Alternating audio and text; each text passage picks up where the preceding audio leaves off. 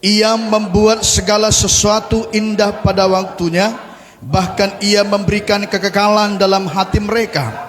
Tetapi manusia tidak dapat menyelami pekerjaan yang dilakukan Allah dari awal sampai akhir. Silakan duduk Bapak Ibu. Tuhan Yesus memberkati. Salam Bapak Ibu. Haleluya. Selamat tahun baru. Ya, kita berdoa tahun ini tahun kemenangan bagi kita. Sama seperti tema yang diberikan Bapak Ketua Sinode, diberkati untuk memberkati. Ya, semua kita diberkati Tuhan. Kesehatan kita diberkati Tuhan, rumah tangga kita diberkati Tuhan, keluarga kita diberkati Tuhan, usaha pekerjaan kita diberkati Tuhan, sidang Tuhan di tempat ini diberkati Tuhan, dengan catatan supaya kita bisa menjadi berkat. Nah, Bapak Ibu, yang paling sering diucapkan oleh orang ketika mengawali tahun baru adalah kata resolusi. Sama-sama berkata resolusi. Apa itu resolusi? Resolusi merupakan suatu tekad atau keputusan untuk melakukan sesuatu dalam mencapai sebuah tujuan. Ini adalah sesuatu yang baik dan positif. Kenapa? Karena resolusi adalah upaya untuk terus memperbaiki diri. Sama-sama berkata memperbaiki diri. Mengubah kebiasaan buruk. Untuk apa? Untuk mencapai tujuan yang lebih baik dari tahun sebelumnya. Dan ini bisa diterapkan di berbagai bidang seperti pendidikan, karir, kesehatan dan lingkungan. Ya, sebagai contoh, ya, ketika saudara mendengarkan khotbah ini, saudara bisa tulis resolusi saudara. Yang mengerti katakan amin. Seorang siswa memiliki resolusi untuk lebih rajin belajar supaya dapat nilai yang bagus dan bisa melanjutkan kuliah di perguruan tinggi yang diharapkan. Ya, mungkin saudara yang sekarang ini sedang sekolah SD, SMP, SMA. Ya, mungkin saudara pintar, engkau pintar, tetapi karena pintar menjadi menjadi sepele sehingga tidak lagi belajar, malas belajar sehingga mendapatkan nilai yang buruk. Nah, sekarang saudara bisa membuat resolusi bahwa tahun depan aku mau belajar. Aku mau sungguh-sungguh belajar supaya tahun depan tidak juara 7, tidak juara 10, apalagi juara 25. Tapi setidaknya aku bisa 3 besar. Yang setuju katakan amin. Ya, mungkin tidak bisa juara 1, tetapi kita berdoa. Di dalam Tuhan semua mungkin. Amin. Karir dalam pekerjaan. Saudara mungkin yang bekerja di kantor, mungkin tahun lalu terlalu banyak santai sehingga di akhir bulan dikejar-kejar deadline. Ya, tahun ini ya pelan-pelan dikerjakan. Ada waktu dikerjakan pelan-pelan. Saudara yang berjualan, mungkin tahun lalu karena terlalu cepat marah sehingga pelanggan menjadi lari. Trauma datang ke toko kita, ke jualan kita. Nah, tahun ini aku mau lebih sabar. Ya, tahun ini aku mau lebih mudah senyum kepada pelanggan. Supaya apa? Supaya pelanggan tertarik. Enggak singgah pun jadi singgah. Enggak beli pun jadi beli. Haleluya. Semakin ramah kita. Amin saudaraku. Dalam kesehatan, mungkin tahun lalu terlalu banyak begadang. Tahun ini aku mau mengubah pola tidur. Ya, dulu begadang sampai jam 3, entah apa yang kukerjakan. Main game gak karuan. Tidak ada masa depan dari game. Kecuali ada saudara memiliki cita-cita jadi gamers. Ya, kalau nggak ada cita-cita jadi gamers, hanya hobi, cukuplah 1 jam dalam sehari. Kalau sudah 4 jam, 5 jam, itu harus menghasilkan bagimu. Tapi kalau cuma hobi, cukuplah 1 jam. Ya, atur anakmu. Saudara yang mengatur anak, jangan supaya diam kasih handphone, enggak, biarkan nangis. Ya, rotan. Sampai di rumah rotan. Tadi kau banyak kali gayamu nakku. Lagi kerja, lagi rapat, lagi ngomong bapak, kau mah game. Sini bapak rotan. Pok. Habis itu kasih minyak kayu putih. Bapak sayang samamu, tapi jangan ulangi lagi. Kalau bapak bilang cukup. Ya, ajari anak kita selagi dia kecil. Kalau udah besar, nggak bisa lagi kita cari, Pak. Haleluya. Haleluya. Tahun lalu terlalu banyak makan. Semua masuk. Ya, segala yang bergerak masuk. Segala yang berkaki 4 masuk kecuali meja. Itu pun karena keras. Tahun ini aku jaga pola makan. Ya, jaga, Pak. Apa yang masuk itu yang menguasai hidup kita ini. Kalau yang sehat kita masukkan, yang sehat dia, sehat kita. Haleluya. Dalam lingkungan, tahun lalu terlalu banyak bergaul dengan lingkungan yang kurang sehat, sehingga aku jatuh ke dalam dosa, jatuh dalam pergaulan bebas, sehingga aku jadi nakal. Tahun ini ubah pergaulanmu. Amin. Dan ini termasuk di dalamnya apa yang saudara dengar, apa yang saudara lihat di media sosial. Mungkin engkau bisa nggak keluar, tetapi yang kau lihat sosial media itu menjadi pergaulanmu. Rubah. Ya, anak muda rubah, anak sekolah rubah. Engkau berhasil tahun ini, engkau harus lebih baik dari tahun lalu. Rubah pergaulanmu, Pak, Bu. Beberapa waktu yang lalu saya dan Bapak Ibu Sinaga, entah siapa lagi, bercerita-cerita tentang asisten Google. Di handphone ini ada asisten Google. Jadi kalau kita bicara tentang rematik, dengar mereka, dengar asisten Google. Nanti kalau saudara baca Facebook, lihat Facebook, nanti muncul itu iklan rematik. Apalagi kalau saudara cari di Google, obat kebas-kebas. Sekali saudara cari itu, maka di Facebook saudara muncul nanti iklan obat kebas-kebas. Kebas-kebas adalah awal daripada sakit jantung katanya. Makin takut kita. Ya, jadi maksudku, ketika anakmu tidur, cari di Google itu cerita Samuel, cerita Raja Daud, ayat Alkitab tentang kesembuhan. Cari. Ketik di handphone anakmu. Supaya apa? Supaya ketika dia buka Facebook, itu yang muncul. Tolong dia. Yang setuju katakan amin. Pergaulan tidak hanya yang di luar sana, enggak. Ketika engkau di kamar, apa pergaulanmu? Apa yang kau baca? Apa yang kau lihat? Apa yang kau tonton? Membangun masa depan enggak? Membuat engkau semakin baik atau tidak? Dunia ini semakin jahat. Selamat pagi. Mari kita buat resolusi, kita semakin baik. Amin. Pak, bagaimana kita terhadap istri sepanjang tahun 2025? Pak, lihat kemari, kita terbuat dari tanah, istri itu terbuat dari tulang rusuk. Tulang rusuk itu lurus atau bengkok? Iya, kalau bengkok-bengkok istri saudara, maklum aja. Jangan paksa lurus, nanti patah. Kalau kau paksa lurus istrimu, patah dia. Patah semangat. Kalau patah semangat istri, kita yang bapak-bapak ini yang repot. Ya, istri itu penolong. Penolong itu lebih kuat. Kalau udah patah hatinya, udahlah retes kita, retes. Tahu retes? Itu bahasa Ibrani. Retes itu mudah rusak. Jangan paksa lurus istrimu, ya. Tapi jangan ikuti bengkoknya. Bahaya kita, berdosa kita nanti. Untuk itu suami-suami harus minta hikmat kepada Tuhan. Haleluya, Bu. Ya, nanti berdoa kalian apa yang mau kalian buat, ya. Dan terjarab ya.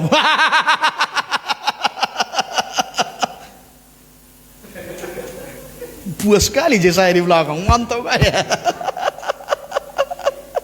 Haleluya. Seseorang membuat resolusi berarti dia memiliki tujuan yang jelas dalam hidupnya. Itu sebabnya buat resolusimu, buat rencanamu tahun ini, buat visimu tahun ini. Amin.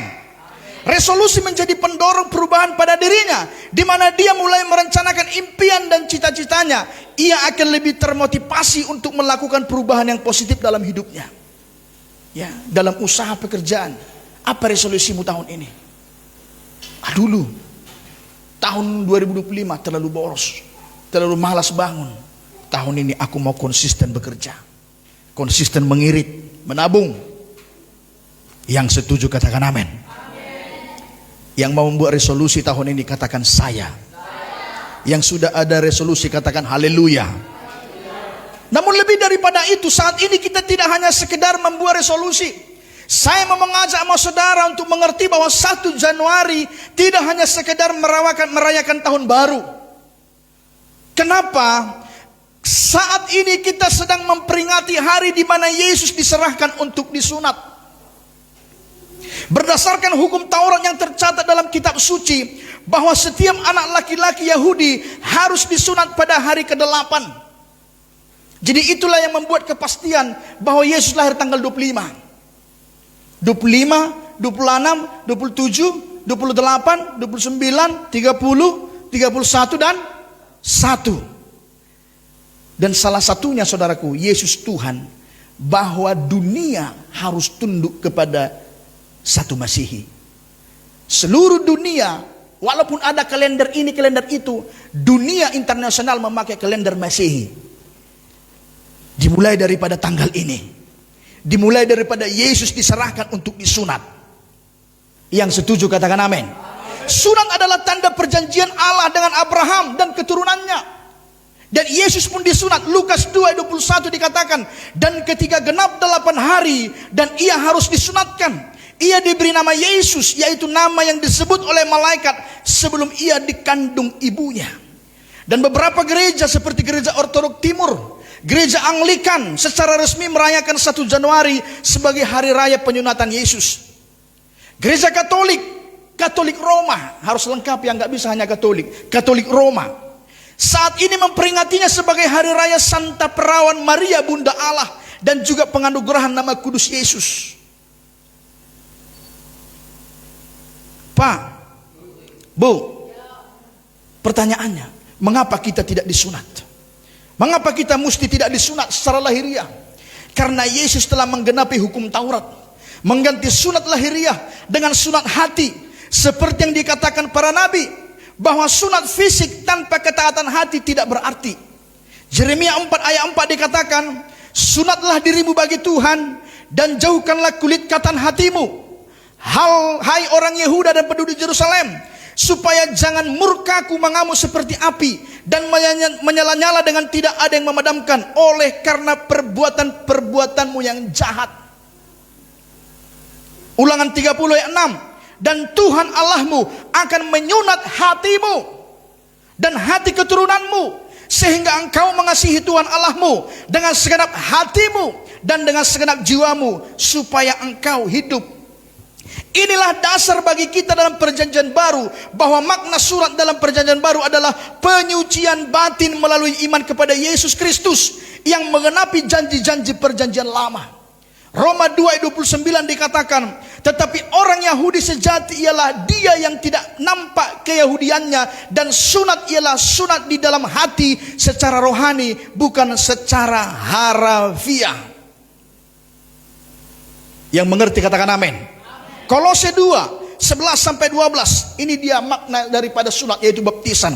Dalam dia kamu telah disunat, bukan dengan sunat yang dilakukan oleh manusia, tetapi dengan sunat Kristus yang terdiri dari penganggalan akan tubuh yang berdosa. Karena dengan dia kamu dikuburkan dalam baptisan, dan di dalam dia kamu turut dibangkitkan juga oleh kepercayaanmu kepada kerja kuasa Allah yang telah membangkitkan dia dari antara orang mati. Jadi itulah hari ke-8, itulah sunat. Jadi kita yang sudah dibaptis, hati kita, batin kita sudah disunat. Yang mengerti katakan amin. Yang mau saya sampaikan kepada kita, memang kita tidak secara resmi merayakannya pada hari ini, tapi sama seperti Yesus diserahkan pada hari ke-8, maka kita saat ini datang menyerahkan diri, keluarga kita kepada Tuhan dengan menghormati namanya, beribadah kepada namanya. Katakan amin. Supaya apa? Supaya apapun yang terjadi sepanjang tahun ini, kita ada dalam perlindungan Tuhan. Ada banyak orang tahun baru merayakan dengan pesta pora. Bulan 3 ada masalah, bulan 3 dia datang kepada Tuhan. Sekarang kita datang kepada Tuhan, serahkan seluruh kehidupanmu kepada Tuhan, supaya Tuhan memelihara engkau. Apapun yang terjadi sepanjang tahun ini, engkau aman. Haleluya. Ini tidak hanya sekedar ibadah biasa, ini penyerahan diri kita sepenuhnya. Serahkan keluargamu, serahkan anak-anakmu kepada Tuhan. Berdoalah kepada Tuhan nanti setelah kita khotbah. Untuk apa? Menyerahkan seluruh hidupmu, keluargamu, usaha dan pekerjaanmu. Amin. Ibrani 11 ayat 6. Tetapi tanpa iman tidak mungkin orang berkenan kepada Allah. Sebab barang siapa berpaling kepada Allah, ia harus percaya bahwa Allah ada. Yang percaya bahwa Allah ada, katakan amin. Dan bahwa Allah memberi upah kepada orang yang sungguh-sungguh mencari Dia. Ada upahmu, ada upahmu, ada upahmu, ada upahmu. Maliaki 3 ayat 16 sampai 18. Tenang saudara, ini bukan berbicara tentang perpuluhan. Beginilah berbicara satu sama lain orang-orang yang takut akan Tuhan. Maliaki 3 ayat 16. Maliaki 3 ayat 16. Ada teman saya Maliaki, gembala sidang game AA. Keluar dari GIA dia, buka game AA dia. Beginilah berbicara satu sama lain orang-orang yang takut akan Tuhan. Tuhan memperhatikan dan mendengarnya. Sebuah kitab peringatan ditulis di hadapannya bagi orang-orang yang takut akan Tuhan. Yang takut akan Tuhan, katakan amin. Dan bagi orang-orang yang menghormati namanya, hormatilah Tuhan. Dengarlah firman ini dengan sungguh-sungguh. Haleluya. Mereka akan menjadi milik kesayanganku sendiri. Firman Tuhan semesta alam. Pada hari yang kusiapkan, aku akan mengasihani mereka. Sama seperti seseorang menyayangi anaknya yang melayani dia. 18. Maka kamu akan melihat kembali perbedaan antara orang benar dan orang fasik. Antara orang yang beribadah kepada Allah dan orang yang tidak beribadah kepadanya. Ada perbedaan, Pak. Apa perbedaannya? Kalau kita baca ini, Pak, kitab pengkhotbah tadi, samanya. Mau orang percaya mau tidak, semua manusia mengalaminya. Tetapi nanti kita lihat apa perbedaan orang yang percaya dan orang yang tidak percaya. Orang yang beribadah dengan orang yang tidak beribadah. Yang mengerti sampai di sini, katakan amin. Itu sebabnya firman Tuhan bagi kita untuk mengawali tahun ini, saya beri judul berserah kepada Tuhan. Sama-sama berkata berserah kepada Tuhan. Kita sudah baca tadi pengkhotbah 3 sebagai nats kita. Nats kita ini yang pertama mengatakan bahwa segala sesuatu yang ada di dunia ini ada waktunya. Goyang kiri kanan, katakan ada waktunya. Sekali lagi, ada waktunya. Di mana setiap orang akan mengalami masa-masa yang baik dan masa-masa yang pahit dalam hidup ini. Kita baca sekali lagi, perhatikan sekali lagi. Ayat 1. Coba Bapak Evangelis baca, Pak. Untuk segala sesuatu ada masanya, untuk apapun di bawah langit ada waktunya. Ada waktu untuk lahir, Ya. ada waktu untuk meninggal, Ya. ada waktu untuk menanam, Ya. ada waktu untuk Mencabut yang ditanam. Ayat 3. Ada waktu untuk membunuh, ada waktu untuk menyembuhkan. Ini bukan sedang mempromosikan kita mau membunuh ya. Ya. Ada waktu untuk membunuh. Kuintiklah Pak Mega ini nanti. Selesai lah. Bukan gitu ya. Kalau mau membunuh salah bulan nyamuk itu. Bunuhlah ayam itu. Haleluya. Ada waktu untuk menyembuhkan. Ada waktu untuk merombak, ada waktu untuk membangun. Apa lagi? Ada waktu untuk menangis. Ya. Kadangkala kita ada waktu untuk menangis, menangislah. Tapi jangan menangis di pasar bintang. Menangislah di kamarmu. Amin. Haleluya. Ada waktu untuk tertawa, tertawalah di kamarmu. Jangan tertawa sambil naik kereta. Malu aku. Gak aku jadi jemaat giat itu. Nampak? Tapi nggak pernah tabrakan, aneh juga. Salam. Ada waktu untuk meratap, ada waktu untuk menari, ada waktu untuk membuang batu, ada waktu untuk mengumpulkan batu, ada waktu untuk memeluk, ada waktu untuk menahan diri dari memeluk, ada waktu untuk mencari, ada waktu untuk membiarkan rugi, ada waktu untuk menyimpan, ada waktu untuk membuang. Ada waktu untuk merobek, untuk menjahit, untuk berdiam diri, untuk berbicara. Ada semua waktunya, Pak. Lebih baguslah kita disuruh bicara daripada disuruh diam, karena terlalu banyak bicara. Ada waktu untuk mengasihi, ada waktu untuk membenci. Ini bukan untuk membenci orang ya. Firman Tuhan berkata ada waktu untuk membenci. Ku benci dulu si anu, jangan. Itu namanya membenci dosa. membenci kejahatan, membenci kefasikan. Yang mengerti katakan amin. Ada waktu untuk perang, ada waktu untuk damai. Salam, selamat pagi. Jadi hidup ini adalah campuran antara kegembiraan dan kesedihan. Pak, engkau lagi bergembira, nikmatilah. Karena kegembiraan itu pun ada waktunya. Bu, engkau lagi bersedih hari ini, nikmatilah. Sabar, itu pun sementara. Salam. 2 Korintus 4, 17-18. Sebab penderitaan ringan yang sekarang ini mengerjakan bagi kami kemuliaan kekal yang melebihi segalanya, jauh lebih besar daripada penderitaan kami. Sebab kami tidak memperhatikan yang kelihatan, melainkan yang tak kelihatan. Karena yang kelihatan adalah sementara, sedangkan yang tidak kelihatan adalah kekal. 1 Petrus 5 ayat 10. Dan Allah sumber segala kasih karunia, yang telah memanggil kamu dalam Kristus kepada kemuliaannya yang kekal, akan melengkapi, meneguhkan, menguatkan, dan mengokohkan kamu sesudah kamu menderita berapa lama? Seketika lamanya. Jadi sekarang ketika engkau lagi sedih, tenang, itu hanya sementara. Bahkan Alkitab mengatakan, bagi kita orang percaya, pergumulan itu mendatangkan kebaikan. Yang setuju katakan amin.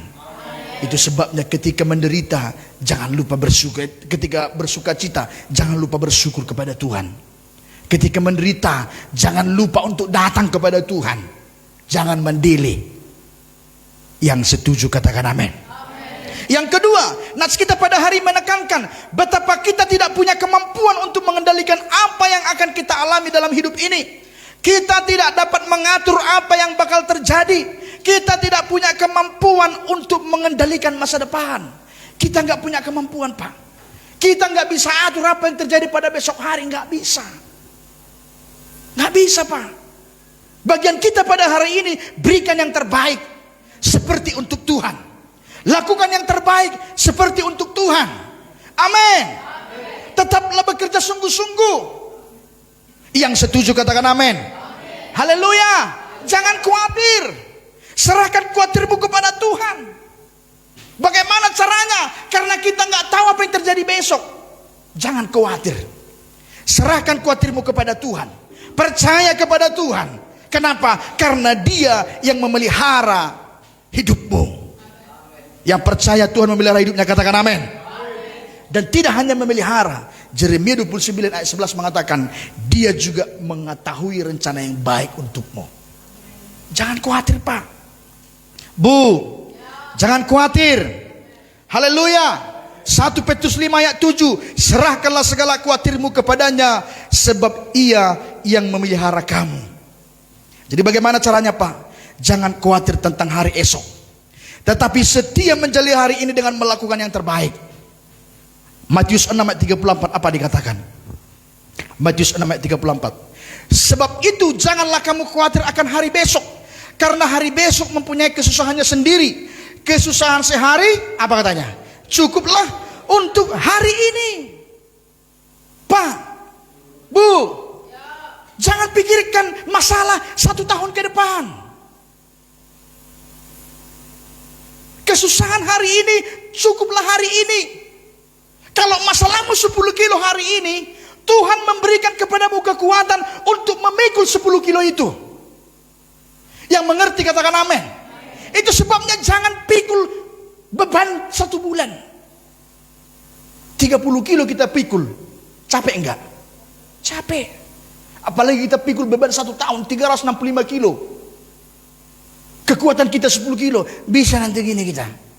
Apalagi 10 tahun, 3 ton. 3 ton. Kayak gitu tuh. Nantilah aku Tuhan. Berat kali Tuhan. Udah dibilang jangan pikul 10 tahun. Pikul hari ini. Bersama dengan Yesus. Loh, haleluya. Selamat pagi. Selamat tahun baru. Haleluya. Berserah kepada Tuhan. Goyang kiri kanan, berserah kepada Tuhan. Iya, jangan andalkan kekuatanmu. Pikiran kita ini sebesar bakso. Nggak percaya saudara, pergi ke Pekanbaru, jangan di sini nanti mati saudara. Pergi ke Pekanbaru, belah kepala saudara, lihat berapa besar otaknya, segini cuma. Saudara mau memikirkan 10 tahun ke depan, wow, hilang sukacitamu. Beribadah di sini tapi hati tadi mana? Kenapa? Dipikirkan masalah 10-20 tahun ke depan. Oh hebat kali. Nggak bisa Pak. Aku pun tak bisa, tak kupikirkan bagaimana 5 tahun ke depan. Tapi bagianku hari ini memberikan yang terbaik untuk Tuhan. Datang kepada Tuhan. Bagaimana caranya? Baca firman. Renungkan firman. Haleluya. Pak, kalau saudara tidak bisa dengar firman Tuhan, dengar Tuhan berbicara, mungkin karena sudah suntuk terlalu duniawi, datang sama gembalamu. Udah pusing aku Pak, udah stres aku Pak, datang. Karena punya dasar gembala. Apa dikatakan dalam Ibrani 13 ayat 17? Taatilah pemimpinmu. Saudara harus taat. Kan gak mungkin Tuhan datang memberikan jalan keluar kepada saudara. Hangus saudara, hangus. Tahu hangus? Kalau Tuhan datang langsung hangus dia. Jadi sate saudara. Iya, kalau udah datang sama gembala, tapi patuh, taati. Amin. Mana si Yogi? Si Yogi itu kan udah saudara dengar kesaksiannya kan? Ini Pak Seragi, ini Bu Seragi. Cuman dia nggak mengakui aja, bukan atau lupa dia.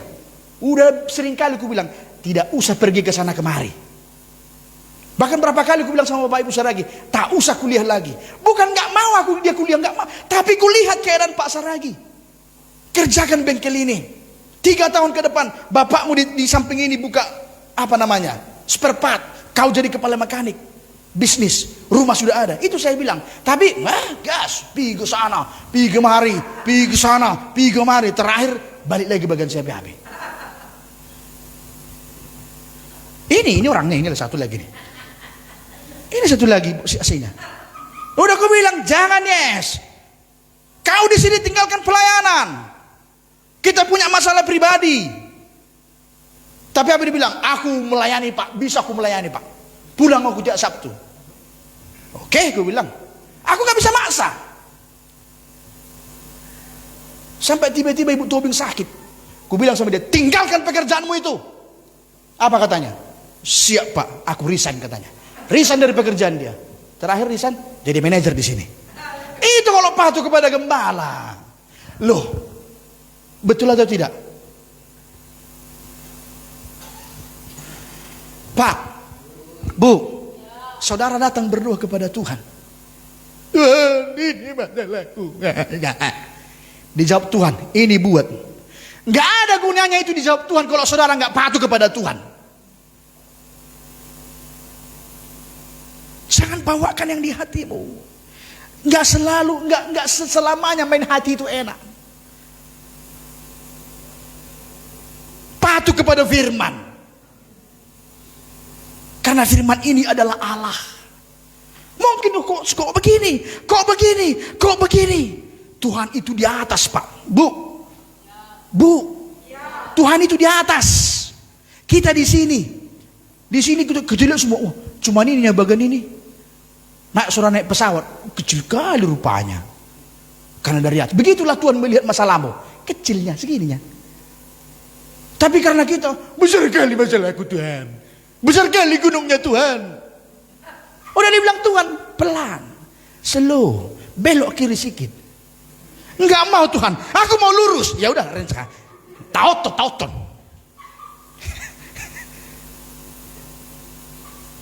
Loh, haleluya. Apa katanya Ibrani 13 tadi? Taatilah pemimpin-pemimpinmu dan tunduklah kepada mereka. Sebab mereka berjaga-jaga atas jiwamu. Ini jarang saya ajarkan ini. Karena seakan-akan aku sok-sok berkuasa. Seakan-akan aku gembala. Ini dikatakan. Sebab mereka berjaga-jaga atas jiwamu. Sebagai orang yang harus apa? Berat gembala itu. Aku bertanggung jawab atas jiwamu. Makanya bikin firman ini pun gak sembarangan. Berdoa. Setiap pagi berdoa.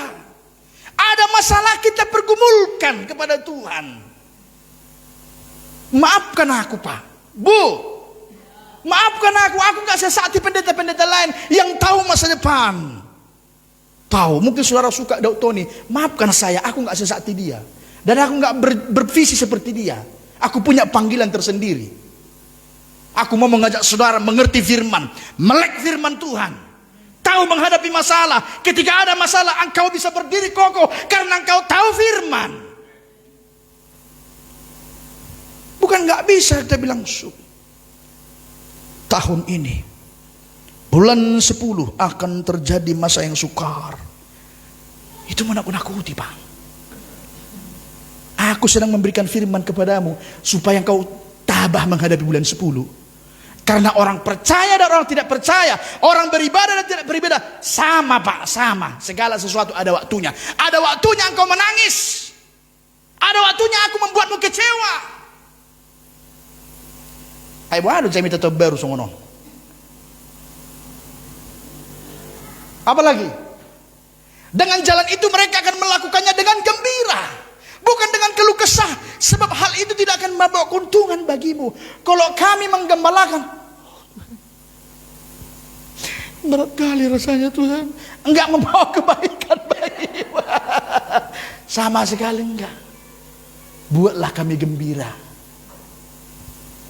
Bagaimana caranya? Lakukan firman. Rendah hatilah.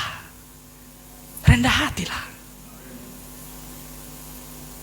Ada bersoal apa dengan orang lain? Berdamailah. Itu membuat kami gembira. Ada masalah, sukacitalah. Saya apapun masalah, sukacita. Saya ceritakan sedikit kilas balik. Waktu minggu pertama bulan 11 itu, ketika saya main drum, lagu ke pertama sukacita, udah kayaknya di sini, Pak. Tapi ku gas terus. Di situ aku beriman dalam nama Yesus, darah Yesus. Khotbah pun aku semakin apa namanya? Semakin berapi-api sampai keringat batu, saking besarnya enggak keringat jagung lagi. Segini keringatku. Nggak bilang, udahlah ya Pak, teralik tadi. Udahlah kok bayar, gantikan dulu Bu. Enggak. Aku berjuang. Bahkan doa berkat pun aku melompat-lompat. Tapi udah sampai di situ, udah selesai. Udahlah. Jangan nampak orang, banyak kalimat nggak perlu. Orang tak peduli padamu, yakinlah. Aku pun hanya sekedar doa, semangat. Aku nggak bisa memberikan kuasa. Aku nggak bisa membantu. Tapi apa yang bisa kutolong, pasti kutolong. Datang sama Tuhan. Percaya kepada firman. Amin, saudaraku. Patuh kepada firman, patuh kepada Tuhan. Sekali lagi saya katakan, tidak ada gunanya doa itu dijawab kalau kita nggak patuh, kalau kita nggak taati. Salam, selamat pagi. Haleluya. Yang diberkati katakan amin. Udah sampai di mana tadi? Di situ. Mintalah, berdoa dan carilah Tuhan. Mintalah tuntunannya melalui doa dan renungan firman Tuhan. Jeremia 29 ayat 13. Apabila kamu mencari aku, kata Tuhan, kamu akan menemukan aku. Apabila kamu menanyakan aku dengan segenap hatimu, dengan segenap hati. Maka saudaraku, Pak, Bu, tadi sudah kita bahas bahwa segala sesuatu ada waktunya. Ada waktu untuk sakit, ada waktu untuk menangis, ada waktu sukacita. Itu sebabnya tak heran Raja Salomo merespon dengan kalimat Pengkhotbah 3 ayat 9 sampai 10 dikatakan apa? Udah mau dekat ayat 14, artinya udah mau pulang. Tenanglah saudara. Apakah untung pekerja dari yang dikerjakannya dengan berjerih payah? Itu dia. Kalau samanya, apa untung pekerja dari yang dikerjakannya dengan berjerih payah? Aku telah melihat pekerjaan yang diberikan Allah kepada anak-anak manusia untuk melelahkan dirinya. Kalau kita bandingkan ke Pengkhotbah 1 ayat 3 dikatakan, apakah gunanya manusia berusaha dengan jerih payah di bawah matahari? Capek. Pak Ombing capek, Pak. Capek kerja, Pak. Tiap pagi harus berangkat. Capek, Bu. Lelah. Lelah, Pak. Lelah, Pak. Pak Sinaga lelah. Lelah ya. Memang itu sudah Tuhan janjikan. Kejadian 3:17, Kejadian 3. Lalu firman-Nya kepada manusia itu, karena engkau mendengarkan perkataan istrimu dan memakan dari buah pohon yang telah kuperintahkan kepadamu, jangan makan daripadanya, maka terkutuklah tanah karena engkau. Dengan bersusah payah engkau akan mencari rezekimu dari tanah seumur hidupmu. Inilah, Pak. Ini bagian kita seumur hidup. Bagaimanapun kita patahkan kutuk, kalau untuk bekerja kita harus bekerja keras. Shalom. Apa dikatakan? Tetapi harus bekerja. Pengkhotbah 9 ayat 10, segala sesuatu yang dijumpai tanganmu untuk dikerjakan, kerjakanlah itu sekuat tenaga. Karena tak ada pekerjaan, pertimbangan, pengetahuan dan hikmah dalam dunia orang mati. Kemana engkau akan pergi? Nggak bisa lagi, Pak. Kalau udah mati selesai. Jadi ketika kita masih hidup, kerjakan dengan sungguh-sungguh. Apa yang ada di tanganmu, kerjakanlah itu. Apa yang menjadi skillmu, kerjakanlah itu. Dimanapun kau berada. Saya mau katakan kepada saudara, tidak secara kebetulan saudara dikirimkan Tuhan ke bagian si api-api ini. Nggak mesti lagi merantau ke Malaysia. Saudara dilahirkan di Indonesia. Indonesia adalah tanah air beta, tempat mencari makan. Salam. Haleluya. Haleluya. Yang paling penting ini dia, Pak. 1 Korintus 15 ayat 58. Inilah ingat. Karena itu, saudara-saudara yang kekasih, berdirilah teguh, jangan goyah, dan giatlah selalu dalam pekerjaan Tuhan, sebab kamu tahu bahwa dalam persekutuan dengan Tuhan, jerih payahmu tidak sia-sia. Ini dia, Pak. Kalau kita bekerja di dalam Tuhan, jerih payahmu tidak akan sia-sia. Amin. Yang diberkati katakan amin. Makanya Pengkhotbah 3 ayat 11 dikatakan apa? Ia membuat segala sesuatu indah pada waktunya. Ini dia. Walaupun kita berjerih lelah, di dalam Tuhan tidak ada yang sia-sia. Ia membuat segala sesuatu indah pada waktunya. Yang paling penting. Bahkan ia memberikan kekekalan dalam hati mereka. Tetapi manusia tidak dapat menyelami pekerjaan yang dilakukan Allah dari awal sampai akhir. Pak, Bu, dikatakan di sana, ia memberikan kekekalan dalam hati mereka. Pak, Bu, di dalam hati kita Tuhan taruh kekekalan. Di dalam hatimu masing-masing Tuhan taruh kekekalan. Itu sebabnya orang yang mencari kekayaan tidak pernah puas. Siapapun orangnya. Karena dalam hati manusia itu ditaruh kekekalan. Jadi ketika kita ingin menjadi kaya, tidak akan cukup. Gak pernah cukup kalau kita mau kaya. Gak pernah cukup. Pikirkanlah perkara-perkara yang di atas, supaya engkau merasa cukup. Amin. Jangan buat embernya sebesar Danau Toba. Kalau ember kita sebesar galon aqua, maka dia cepat meluber, melimpah. Itu namanya hidup berkelimpahan. Lebih bisa kita memberkati orang, Pak. Tapi kalau sebesar Danau Toba, nggak cukup, kurang. Udah ada 1 mobil, kurang lagi. 2 mobil, kurang lagi. Kenapa? Ingin kaya. Sementara Tuhan memberikan kepada kita kekekalan. Pak, Bu, kayalah. Diberkatilah usahamu, diberkatilah pekerjaanmu, supaya bisa memberkati. Amin. Yang setuju katakan amin. Haleluya. Maka dikatakan ayat 12 sampai 13 pengkhotbah tadi apa? Aku tahu bahwa untuk mereka tak ada yang lebih baik daripada bersuka-suka dan menikmati kesenangan dalam hidup mereka. Dan bahwa setiap orang dapat makan, minum dan menikmati kesenangan dalam segala jerih payahnya, itu juga adalah pemberian Allah. Bersuka-suka di sini bukan tentang menemukan bukan tentang kebahagiaan yang bergantung kepada sementara. Ini berbeda dengan pesta pora.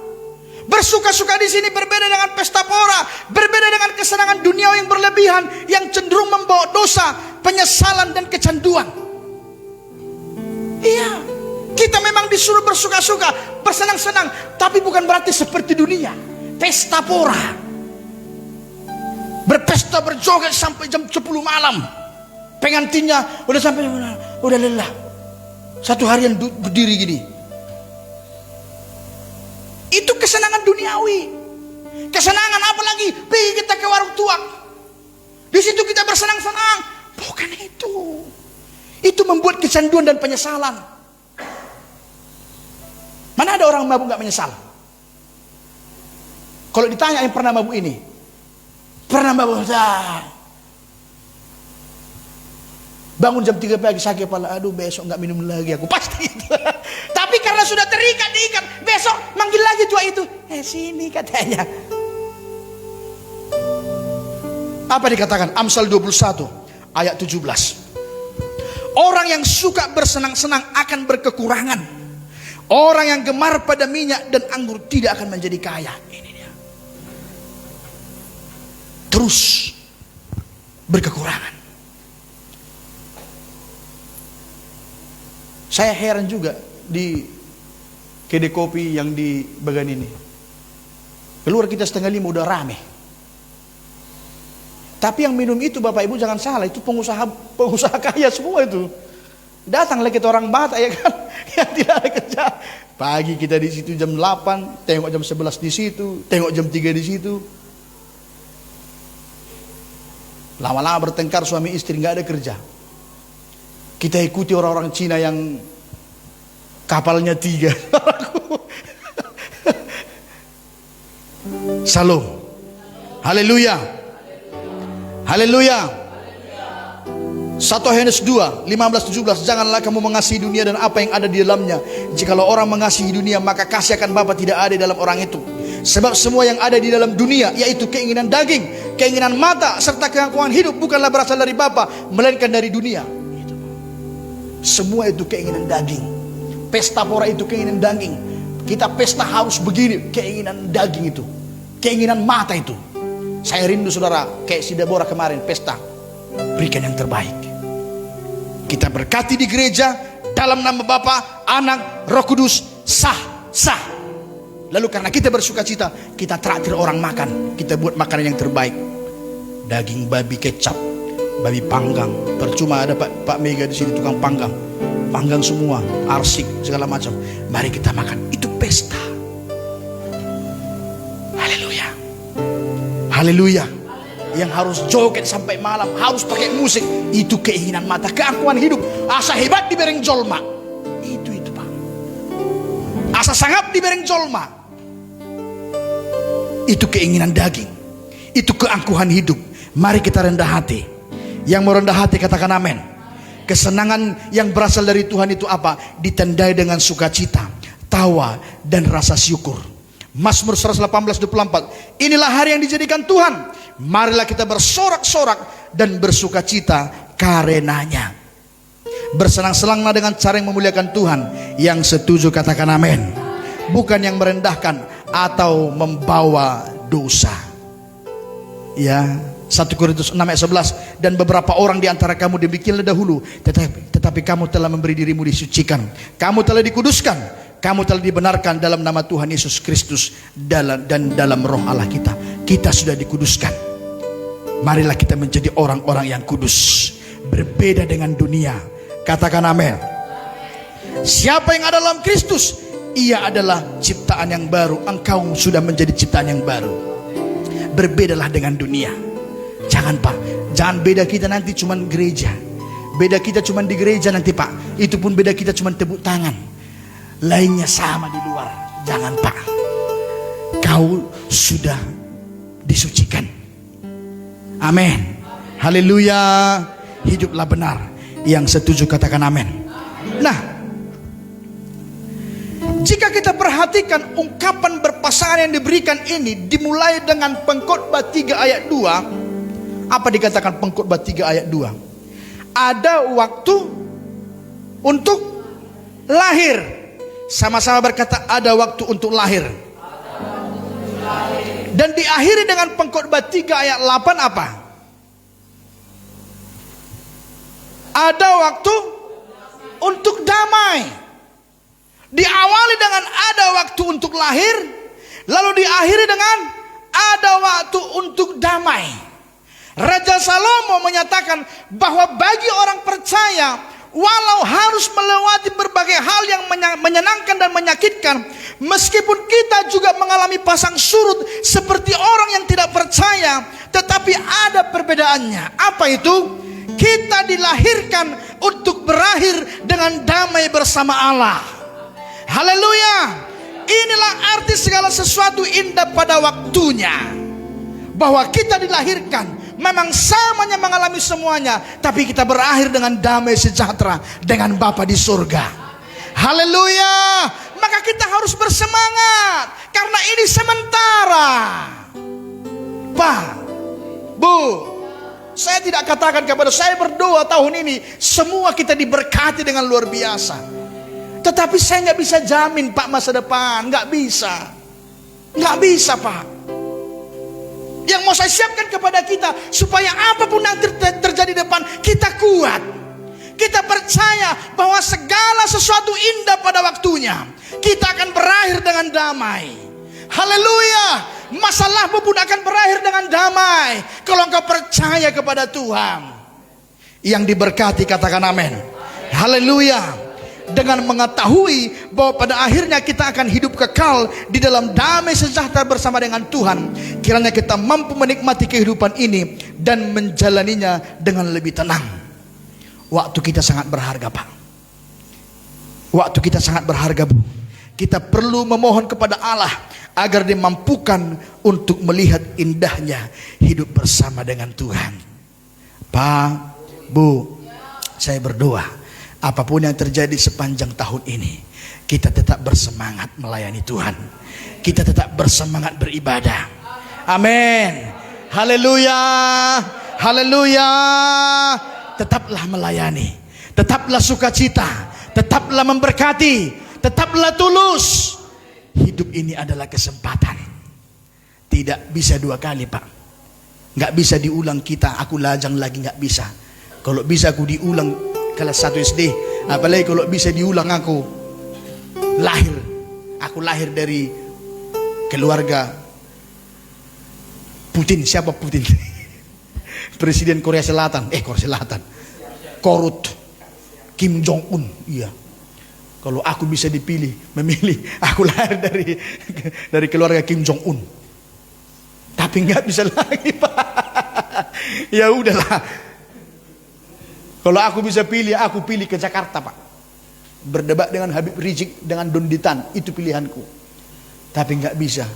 Ditunjukkan Tuhan wajah Pak Saragi. Harus digembalakan Pak Saragi ini. Harus digembalakan Pak Kesia ini. Pak Dedi, Bu Dedi, semua Bapak Ibu Sinaga, Bapak Ibu Ombing, Bapak Mega. Salam. Salam.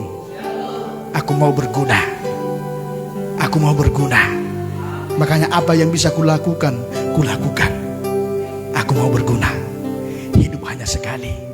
Pak, Bu, hidup hanya sekali.